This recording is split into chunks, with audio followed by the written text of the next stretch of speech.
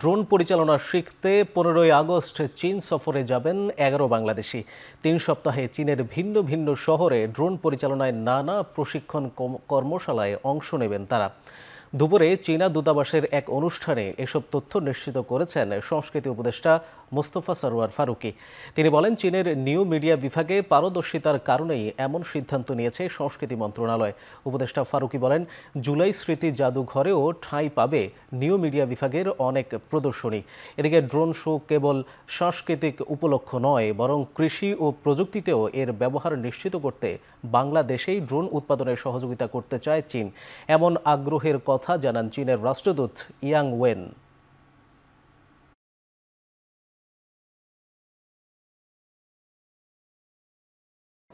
এই প্রযুক্তিটা আমাদের গল্প বলার একটা মাধ্যম হয়ে উঠেছে। সো ড্রোনের এই ব্যাপারটা এরকম, যেরকম আমরা মঞ্চে বলছিলাম যে টেকনোলজি এবং আর্টের একটা ফিউশন, এটা সম্ভাবনা কোথায় কোথায় যেতে পারে, সামনে এটা কত দূর যাবে এটা দেখার বিষয়। তবে এখন আমরা এই গত 1-1.5 বছরে যা দেখলাম সারা পৃথিবীতে, এটা ন্যারেটিভ বিল্ডিং এর একটা খুবই বড় জায়গা দখল করছে।